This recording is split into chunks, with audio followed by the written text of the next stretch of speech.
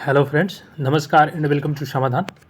साथियों, जैसे कि आप सबकी डिमांड थी कि सर बीपीएससी की जो प्रीवियस ईयर क्वेश्चंस हैं उसको करवाया जाए, तो यहाँ पे सबसे पहले आप सबकी डिमांड थी जो बीपीएससी असिस्टेंट की वैकेंसी आने वाली है उसका पेपर करवाया जाए।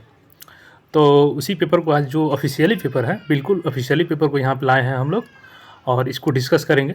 साथ ही इसमें साथियों सारे क्वेश्चन के साथ साथ जहाँ पे हमें लगेगा कि कुछ एक्स्ट्रा कंसेप्ट की यहाँ पे ज़रूरत है तो उस कंसेप्ट को भी हम लोग देखेंगे ताकि जो नेक्स्ट एग्जामिनेशन है उसमें हम लोग वेल परफॉर्मेंस कर सकें। तो आइए पेपर को यहाँ पे हम लोग डिस्कस कर लेते हैं। बाकी आप चैनल पर नए हैं तो ऐसे अपडेट के लिए चैनल को सब्सक्राइब कर लें, क्योंकि नेक्स्ट और भी जो बीपीएससी के पेपर्स हैं, साथ ही साथ आपके जो बिहार दुर्गा के और इन्फोर्समेंट सब इंस्पेक्टर के हैं, इन सब के पेपर करवाए जाएंगे, तो चैनल को सब्सक्राइब कर ले। चलिए अब फटाफट सारे क्वेश्चंस को डिस्कस कर लेते हैं यहाँ पे। तो यहाँ पे जो देख सकते हैं सारे कंडीशंस हैं यहाँ पे, आइए इसको देख लेते हैं। देखिए साथियों, यहाँ पहला जो क्वेश्चन है, द सी ऑफ इनोसेंस, ये किसकी पुस्तक है? तो ये किश्वर देसाई ने लिखा है, ये भारतीय ऑथर हैं, इन्होंने लिखा है और ये एक लव स्टोरी है, नॉवेल से, तो इन्होंने लिखा है। ठीक है, अगला जो इसमें क्वेश्चन है ये है आपका माई डियर बापू किसने लिखी है? तो याद रखेंगे आप लोग, गोपाल कृष्ण गांधी ने इसके लिखा है। अगला जो क्वेश्चन है इसमें, राष्ट्रीय सेवा योजना एक सिद्धांत है, इसका वाक्य क्या है? तो मैं नहीं परंतु आप, not I but you, English में रहेगा। तो ठीक है, आगे इसमें देख लेते हैं। जो चौथा क्वेश्चन है इसमें दिया है कि 2013 में भारतीय महिला बैंक का प्रारंभ इनकी जन्मतिथि पर हुआ। मतलब कि 2013 में जो भारतीय महिला बैंक का प्रारंभ हुआ तो किसके जन्मदिन पर हुआ? तो याद रखेंगे इंदिरा गांधी। और कब? तो यानी इनका जन्म 19 नवंबर 1917 को याद रखेंगे। ठीक है, 19 नवंबर को। और उस समय जो प्रधानमंत्री थे वो कौन थे? तो डॉक्टर मनमोहन सिंह जी थे। ठीक है, और वित्त मंत्री कौन हुआ करते थे? क्योंकि जो बैंक का होता है तो उनके तरफ से ही इसका 10 बैंकों का उद्घाटन करने के लिए बोला गया था, तो वो थे आपका पी चिदम्बरम साहब। ठीक है, आगे जो नेक्स्ट क्वेश्चन देख लेते हैं। इसमें राष्ट्रीय खाद्य सुरक्षा विधेयक 2013 को राष्ट्रपति द्वारा स्वीकृति दी गई, कब दी गई थी? यानी 10 सितंबर, जो 10 सितंबर है 2013 को दी गई थी।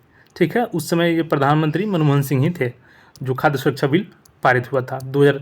तो इसमें आप लोग ध्यान रखना है कि नेक्स्ट एग्जाम ये भी पूछ सकता है कि राष्ट्रीय खाद्य सुरक्षा विधेयक किस अधिनियम के तहत बना है? तो 2013 एक्ट के तहत बना है। ठीक है, अगला इसमें क्वेश्चन आप लोग देख सकते हैं। जो छठा क्वेश्चन है, सर्वप्रथम त्रिस्तरीय पंचायती राज किस राज्य में अपनाया गया? तो सर्वप्रथम जो त्रिस्तरीय पंचायती राज है वो आपका राजस्थान में अपनाया गया। राजस्थान आप लोग सही आंसर करेंगे। और ये था बलवंत राय मेहता समिति के द्वारा किया गया था। तो समिति का नाम पूछेगा तो बलवंत राय मेहता समिति। और लागू कब किया गया था? तो राजस्थान का एक नागौर है, नागौर में 2 अक्टूबर 1959 को लागू किया गया था। तो ये सारी चीज़ों को आप लोग को याद रखना होगा। ठीक है, सातवां क्वेश्चन जो है यहाँ पे, तो सातवां क्वेश्चन से आप देख सकते हैं, जापान के सम्राट अकितो सामागियाई मिचिको ने इस बीच भारत यात्रा की थी। देखिए ये करंट अफेयर क्वेश्चन है, ये इंपॉर्टेंट नहीं है तो इसको छोड़ देते हैं।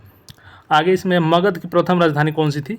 तो मगध की राजधानी, जो प्रथम राजधानी थी आपकी, वो राजगिरी थी, न कि पाटलिपुत्र। ठीक है, तो इसको याद रखेंगे, गिरिव्रज भी कहीं देता है और राजगिरी। और दूसरी राजधानी पूछे तो दूसरी राजधानी पाटलिपुत्र थी और प्रथम राजगिरी, तो इसमें कन्फ्यूजन नहीं होना है। अशोक के समय में कौन सी बौद्ध संगीति हुई थी? तो देखिए अशोक के समय में तीसरी बौद्ध संगीति हुई थी, और कहाँ पर हुई थी? तो पाटलिपुत्रा में। और इसकी अध्यक्षता किसने की थी? तो मोंगली पुत्र ने की थी इसकी अध्यक्षता। तो इसको भी याद रखेंगे कि मोंगली पुत्र ने तीसरी बौद्ध संगीति की अध्यक्षता की थी। संविधान सभा के सभापति कौन थे? तो संविधान सभा के सभापति डॉक्टर राजेंद्र प्रसाद थे।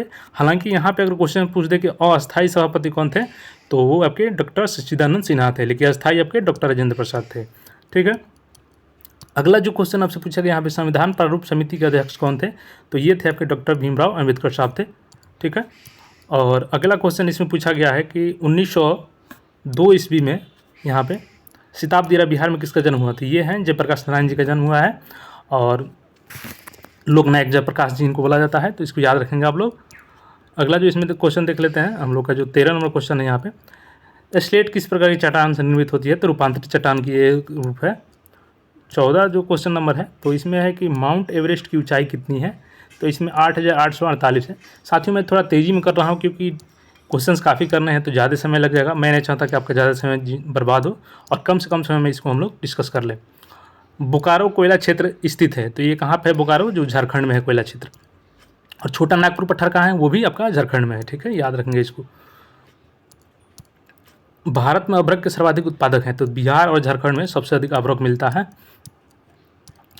इसमें अगला जो 17 नंबर क्वेश्चन है, हीराकुंड प्रोजेक्ट किस नदी पे है?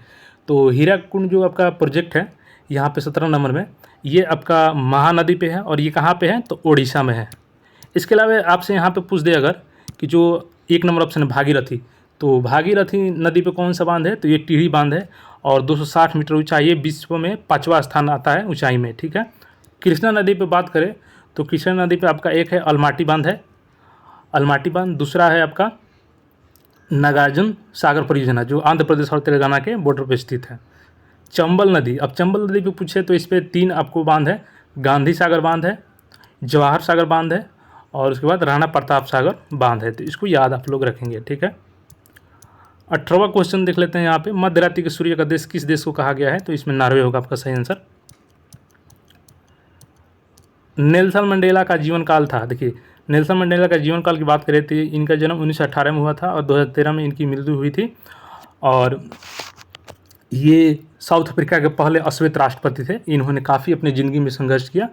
तो देखिए कभी भी कोई कुछ भी बोलता है, आपको संघर्ष से पीछे नहीं हटना है, क्योंकि ये संघर्ष किए तो आज इतिहास बनाकर गए हैं। आप लोग भी संघर्ष कीजिए, आप भी इतिहास बना के जाइएगा। तो बिल्कुल आप लोग मेहनत ज़रूर कीजिए।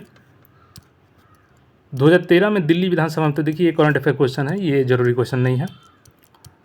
हाँ, अब यहाँ पे देखिए MiG-21 का स्थान कौन से लड़ाकू विमान ने लेने की संभावना है? तो देखिए उस समय 2013 में बोला गया था, लेकिन उस समय से अभी तक भी ये MiG-21 है, लेकिन अब इसका स्थान तेजस ले लेगा, ठीक है। तो यहाँ पे आपका तेजस आंसर होगा।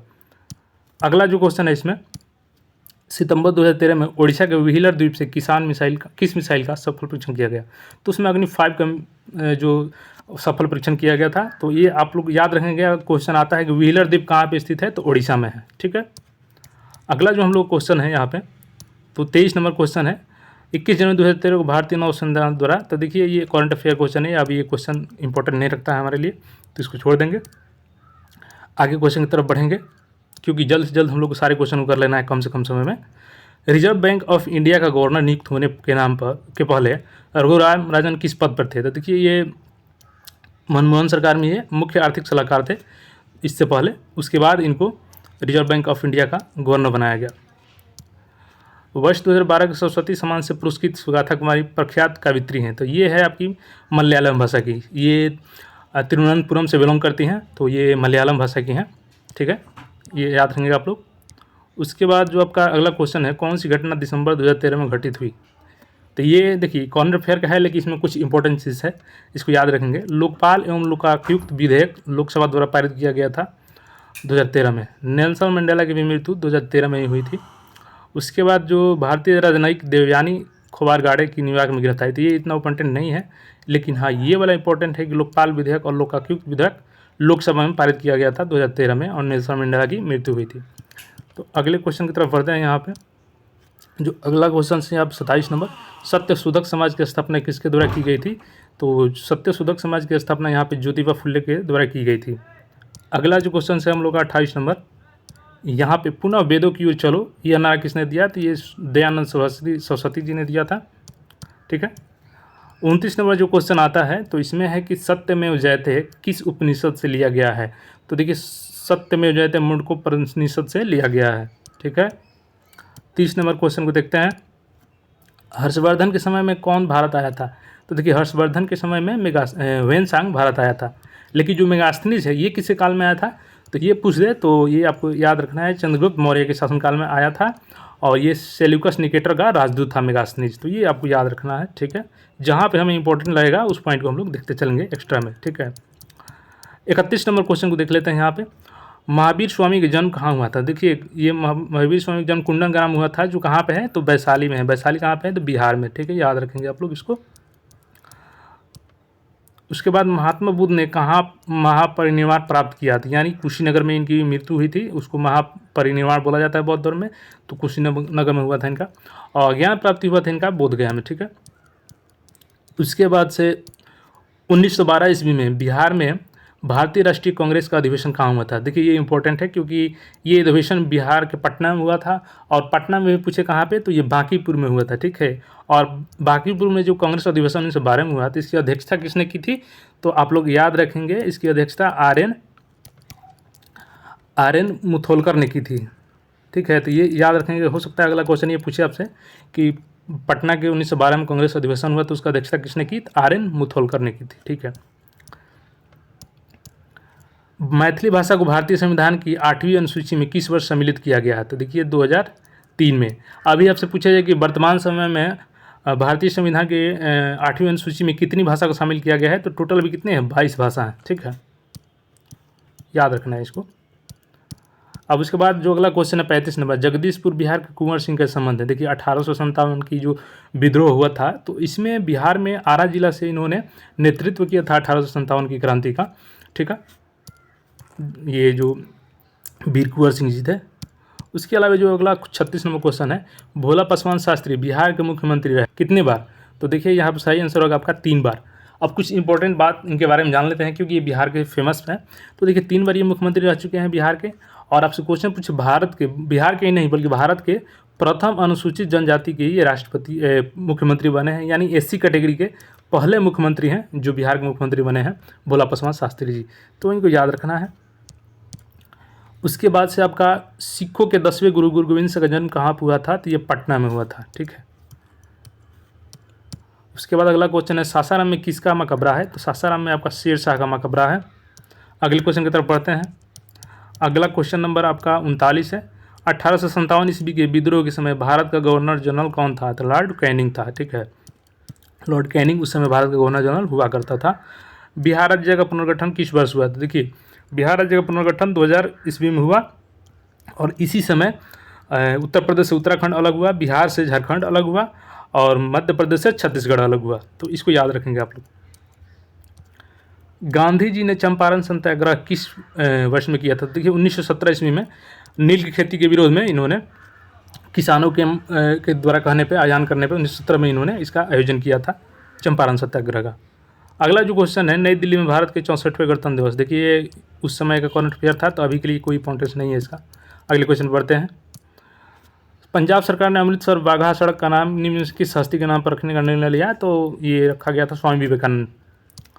अगला जो क्वेश्चन है इसकी तरफ बढ़ते हैं हम लोग और अगला क्वेश्चन है, भारत का राष्ट्रीय जलीय जीव क्या है? डॉल्फिन। अब इस डॉल्फिन के माध्यम से हम लोग ये चीज़ याद रखेंगे, अभी जो भारतीय डॉल्फिन केंद्र कहाँ पे है, डॉल्फिन अनुसंधान केंद्र कहाँ पर खुला गया है? तो आपको याद रखना है पटना बिहार में डॉल्फिन अनुसंधान केंद्र का स्थापना किया गया है। और ये सन्यात सेन किससे संबंधित है? ये चीन के पूर्व राष्ट्रपति हैं, डॉक्टर सन्यात सेन। ठीक है। 2013 के नोबेल साहित्य पुरस्कार किसके लिए चुना गया था? तो के लिए किससे चुना गया था? तो एलिस मुनरो। अभी के लिए इंपॉर्टेंट नहीं है, ठीक है, लेकिन इसको देख लेते हैं। अगला जो क्वेश्चन है हम लोग का 47 नंबर क्वेश्चन है, मई 2013 में दादा साहब फाल्के पुरस्कार किन्हें प्रदान किया गया? तो उस समय प्राण कृष्ण श्रीकांत को मिला गया था। हालांकि अभी जो 51वां दादा साहब फाल्के पुरस्कार है वो किनको दिया गया है? तब लोग याद रखेंगे, रजनीकांत को दिया गया है। तो रजनीकांत को 51वां दादा साहब फाल्के पुरस्कार दिया गया है, जिसको याद रखेंगे आप लोग। अगले क्वेश्चन की तरफ इसमें हम लोग बढ़ते हैं। तो अगला क्वेश्चन है यहाँ पे हम लोग का 48वां क्वेश्चन, 2013 के महिला हॉकी जूनियर के विश्व कप में भारत ने कौन सा स्थान पाया था? तो देखिए ये अभी के लिए इंपॉर्टेंट नहीं है, ये करंट अफेयर उस समय का है तो उस समय इंपॉर्टेंट था। अब अगले क्वेश्चन की तरफ बढ़ते हैं। इसमें देखते हैं चौराबाड़ी ग्लेशियर उत्तराखंड के किस जिले में है? तो देखिए रुद्रप्रयाग में आपका चौराबाड़ी ग्लेशियर होता है। ठीक है। विश्व मानव अधिकार दिवस है, तो विश्व मानव अधिकार दिवस यहाँ पे मैं आपको बता दूँ कि 10 दिसंबर को मनाया जाता है। तो याद रखेंगे आप लोग, विश्व मानव अधिकार दिवस कब मनाया जाता है? 10 दिसंबर को। अगला क्वेश्चन हम लोग का आता है, ये है आपका न्यूमेटिक घड़ी एक अभिलक्षण। देखिए अब जीके जीएस जो था आपका ख़त्म हो गया है, अब आ गया है इसमें साइंस, तो इसको भी देखते चलते हैं। तो न्यूमेटिक घड़ी कहाँ पाई जाती है? तो पक्षियों में। सरीसृप तथा पक्षियों को जोड़ने वाली कड़ी है आर्कियोपटेरिक्स। ठीक है, आर्कियोपटेरिक्स, इसको याद रखेंगे। उसके बाद से आपका अगला क्वेश्चन है, मानव शरीर की सबसे बड़ी ग्रंथि कौन सी है? तो यकृत, इसको याद रखेंगे। भारतीय ब्रायोफाइटा विज्ञान के जनक है कौन है? तो एस.आर. कश्यप जी हैं। अगला क्वेश्चन है, कपूर का शोधन किया जाता है ऊर्ध्वपातन द्वारा। देखिए अब ऊर्ध्वपातन क्या होता है तो मैं यहाँ पे बता दूं कि ऊर्ध्वपातन उस फिनोमिना कहते हैं जिसमें कि किसी पदार्थ को हीट किया जाता है तो डायरेक्ट ठोस से गैस में बदल जाता है। बीच का जो सेकंड होता है द्रव वो नहीं बनता है, और सेम वैसे ही गैस को जब ठंडा किया जाता है तो द्रव ना बनकर सीधे ठोस बन जाता है। तो इस प्रक्रिया को हम लोग ऊर्ध्वपातन कहते हैं, और इसी माध्यम से कपूर का शोधन किया जाता है। आपने देखा भी होगा कि जब कपूर को जलाया जाता है तो सीधे वो वाष्प बन के उड़ जाता है, द्रव नहीं देखने को मिलता है आपको। तो ये आपको याद रखना है, ठीक है। अगला जो क्वेश्चन है 56 नंबर, किस तत्व के न्यूक्लियस में 2 प्रोटॉन पाए जाते हैं? तो देखिए हाइड्रोजन कितना परमाणु संख्या होता है 2, हीलियम का, तो हीलियम में आपका 2 प्रोटॉन पाए जाते हैं। अब यहाँ से आपका क्वेश्चन पूछा जाएगा कि हाइड्रोजन में कितने प्रोटॉन पाए जाते हैं, तो 1, और हाइड्रोजन में न्यूट्रॉन कितने पाए जाते हैं, तो यहाँ पे आपको जवाब देना है 0, यानी एक भी न्यूट्रॉन नहीं पाया जाता है हाइड्रोजन में, ठीक है, क्योंकि ये इसमें समायोजित नहीं कर पाता है, हाइड्रोजन इतना छोटा होता है, उसमें एक भी न्यूट्रॉन आपको देखने को नहीं मिलेगा। अगला जो क्वेश्चन है, फॉर्मल्डिहाइड को जिसके उत्पादन में प्रारंभिक पदार्थ के रूप में उपयोग करते हैं लाते हैं वह है बेकेलाइट। अब बेकेलाइट क्या है जानते हैं आप? उसमें फॉर्मल्डिहाइड को रूप में यूज़ किया जाता है। तो बेकेलाइट होता है, जैसे आपने देखा होगा घर में आपका जो जैसे प्रेशर कुकर हो गया, तो उसमें जो काली आगे पकड़ने के लिए हैंडल में लगाई जाती है वो बेकेलाइट की ही बनी होती है, वो ताप का कुचालक होता है, इसलिए उसको लगाया जाता है, ठीक है। अब अगला इसमें जो क्वेश्चन है इसकी तरफ 58 नंबर क्वेश्चन को देखते हैं। आवर्त सारणी के तीसरे आवर्त में तत्वों की संख्या कितनी है? तो यहाँ पे बताएंगे आप लोग 8। सूत्री विभाजन नहीं होता, देखिए समसूत्री विभाजन किस में नहीं होता है, तो जीवाणु में नहीं होता है। 60 नंबर जो क्वेश्चन है हम लोग का, निम्नलिखित में से कौन सी डीएनए के न्यूक्लियोटाइड का भाग नहीं है? तो देखिए न्यूक्लियोटाइड में आपका होता क्या है कि नाइट्रोजन बेस के रूप में पाया जाता है, बिल्कुल पाया जाता है, तो ये तो सत्य है। डीऑक्सीराइबोज शुगर पाया जाता है, बिल्कुल पाया जाता है। फॉस्फोरिक अम्ल ये भी पाया जाता है। अब बात आता है यहाँ पे एमिनो अम्ल, क्या पाया जाता है? तो नहीं, एमिनो अम्ल नहीं पाया जाता है। यहाँ पे याद रखेंगे जैसे कि डीएनए आपका न्यूक्लियोटाइड जैसे होता है उसमें होता है एटीजीसी, एटी में यहाँ पे एडेनिन होता है, यहाँ पर थाइमिन होता है, इन दोनों के बीच में डबल बॉन्ड होता है, और उसके बाद ग्वानिन साइटोसिन में ट्रिपल बॉन्ड होता है, और यहाँ पे थाइमिन की जगह पर यूरेसिल लगा देंगे तो आपका आरएनए बन जाएगा, और वही यहाँ पे थाइमिन है तो ये आपका डीएनए बनाता है, तो इसको याद रखेंगे आप लोग। इसके बाद जो हम लोग का अगला क्वेश्चन है ये है आपका 61 नंबर क्वेश्चन, और इसमें है कि एल लंबाई की तनी हुई डोरी में उत्पन्न अप्रगामी तरंगों की तरंग दैर्ध्य होती है, तो इसका फॉर्मूला आता है 2L/L, इसको याद रखेंगे। ध्वनि ऊर्जा को विद्युत ऊर्जा में बदलते हैं, देखिए ध्वनि ऊर्जा को विद्युत ऊर्जा में कौन बदलता है?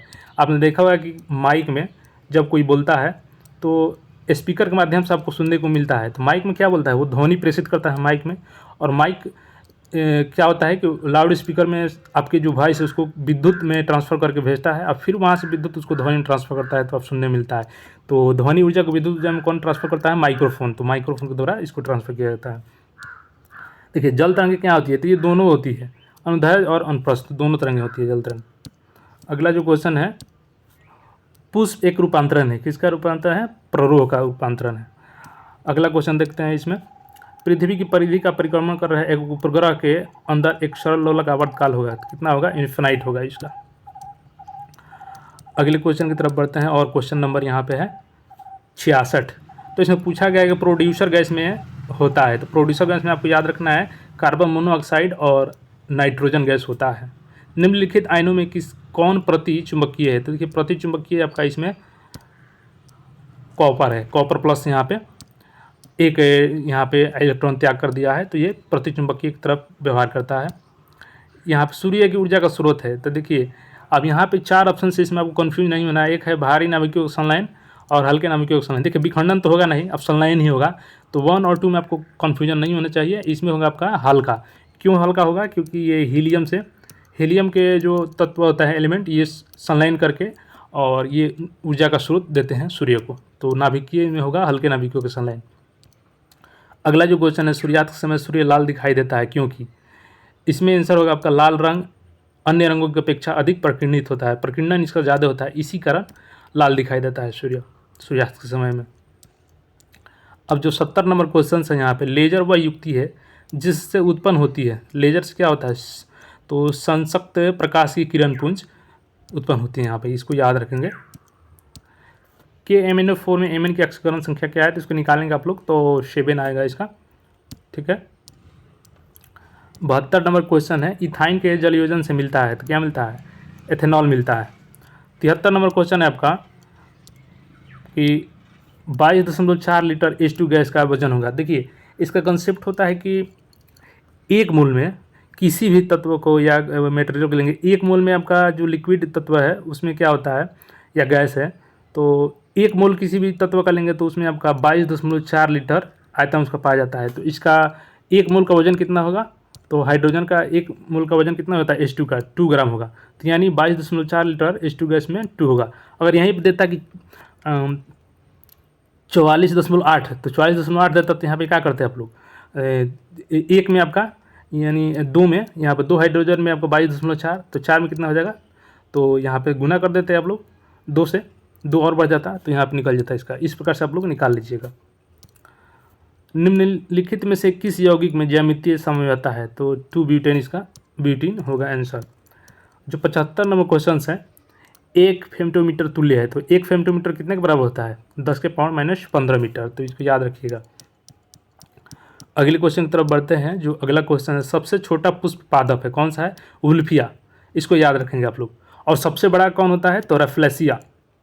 और रेफ्लेसिया में जो किडवन होता है वो किसके द्वारा होता है, तो जो हाथी होती है वो पानी अपने सूंड से निकालती है वहाँ से रस उसका, तो उसके माध्यम से उसका हो जाता है प्रजनन वाला क्रिया।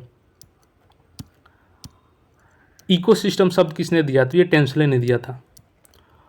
कोशिका का दिमाग किसे कहते हैं, ये माइंड होता है जो, ये केंद्रक होता है, क्योंकि ये इसी से सभी कोशिका में सारी क्रिया संतुलित होती हैं।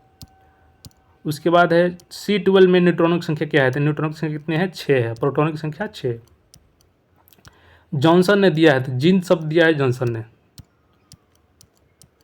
81 नंबर क्वेश्चन आ गया आपका कि तमिलनाडु के तटीय क्षेत्र वर्षा प्राप्त करते हैं, कब करते हैं, तो देखिए मुख्यतः शीतकालीन महीनों में। होता क्या है कि जब मानसून रिटर्न आता है, तो रिटर्न आता है आपका, ये आता है आपका नॉर्थ और ईस्ट, नॉर्थ ईस्ट से आता है आपका, तो ये आपका वहाँ से पानी जो होता है तो तमिलनाडु के तट पे होता है, ठीक है, याद रखेंगे इसको।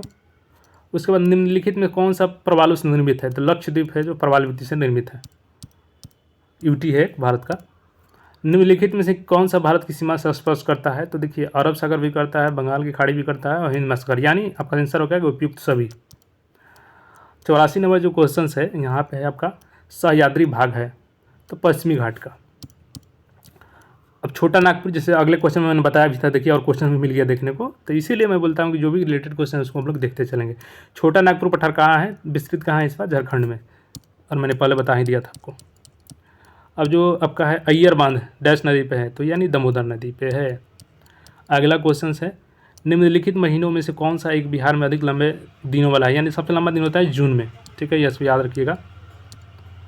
निम्नलिखित नदियों में से किसके तट पर पटना स्थित है, तो पटना कहाँ है, आप लोग सबको पता होना चाहिए, गंगा नदी पर स्थित है। भूमध्य रेखा ग्लोब को विभाजित करती है। अब चलिए इसके लिए मैं आपको एक फिगर दिखाता हूँ तो अच्छे से आपको समझ में आएगा। एक मैं फिगर ड्रॉ किया हूँ,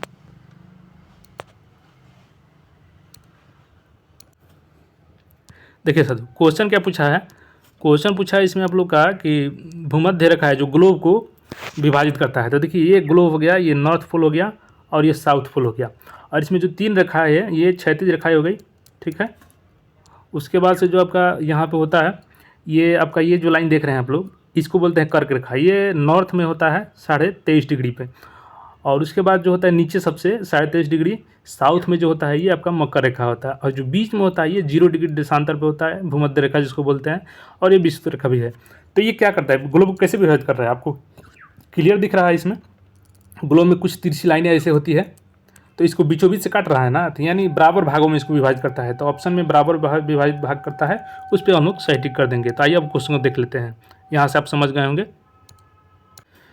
तो देखिए साथियों, यहाँ पे यही क्वेश्चन था ना हम लोग का, भूमध्य रेखा ग्लोब विभाजित करता है, तो देखिए यहाँ पे क्या हो जाएगा सर, क्षैतिज समान अर्ध भाग में, यानी दोनों को बराबर बीच भाग में 0 डिग्री देशांतर पर काट रहा था, तो बराबर भाग में काटेगा क्षैतिज लाइनों को।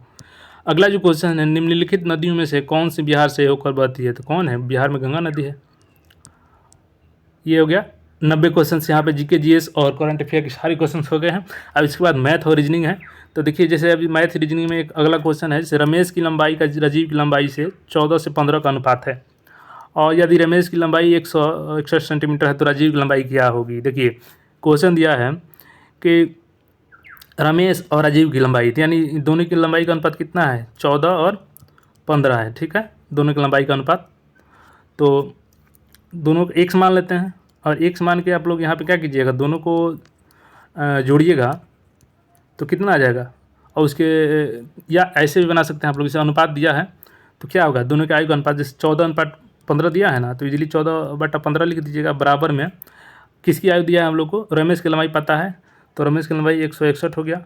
और राजीव की निकाल ली है तो राजीव के एक्स मान लेते हैं। अब इसको क्रॉस मल्टीप्लिकेशन कर लीजिए, आपका सोल्यूशन आ जाएगा। और इस प्रकार से जो भी आंसर आएगा आप यहाँ पे सॉल्व कर लीजिएगा। बाकी अगर मैं यहाँ पे मैथ और रीजनिंग के क्वेश्चन सॉल्व करूँ तो अभी 50 हैं, तो काफ़ी समय लग जाएगा। तो अगर आप लोग डिमांड करेंगे तो इसका अलग से मैं वीडियो बना दूँगा। तो इतना ही पे इसको समाप्त करते हैं, क्योंकि ज़्यादा समय हो गया है। और बाकी चैनल पर नए हैं तो चैनल को ऐसे अपडेट के लिए सब्सक्राइब कर लिए, और मेहनत काफ़ी कीजिए, क्योंकि देखिए अभी अगर आप मेहनत नहीं करते हैं तो ज़िंदगी जो है वो सिक्के के पहलू की तरह है। सिक्के की जो दो पहलू होते हैं, सेम ज़िंदगी का भी पहलू है, दोनों में से कोई एक चीज़ तो होना ही है। अगर अभी आप मेहनत नहीं करते हैं तो आगे चल के आपको काफ़ी मेहनत करना पड़ेगा। तो देखिए आपके हाथ में है कि मेहनत अभी करना है कि आपको बाद में करना है, ठीक है। और आप अगर अभी मेहनत करते हैं, पसीना बहाते हैं, तो आपको आगे चल के आंसू नहीं बहाना पड़ेगा, ठीक है। अगर आप अभी पसीना नहीं बहाना चाहते हैं तो फिर आगे आंसू बहाइएगा, ये आप पे डिपेंड करता है। तो मेहनत कीजिए, मैं तो यही कहूँगा। और बाकी चैनल को सब्सक्राइब करके जुड़े रहें। मिलते हैं जल्द ही नए अपडेट में। और हाँ, अगर मैथ रीजनिंग का इसका आपको सोल्यूशन चाहिए तो कमेंट कीजिएगा, मैं इसका डेडिकेटेड वीडियो बना दूँगा। धन्यवाद।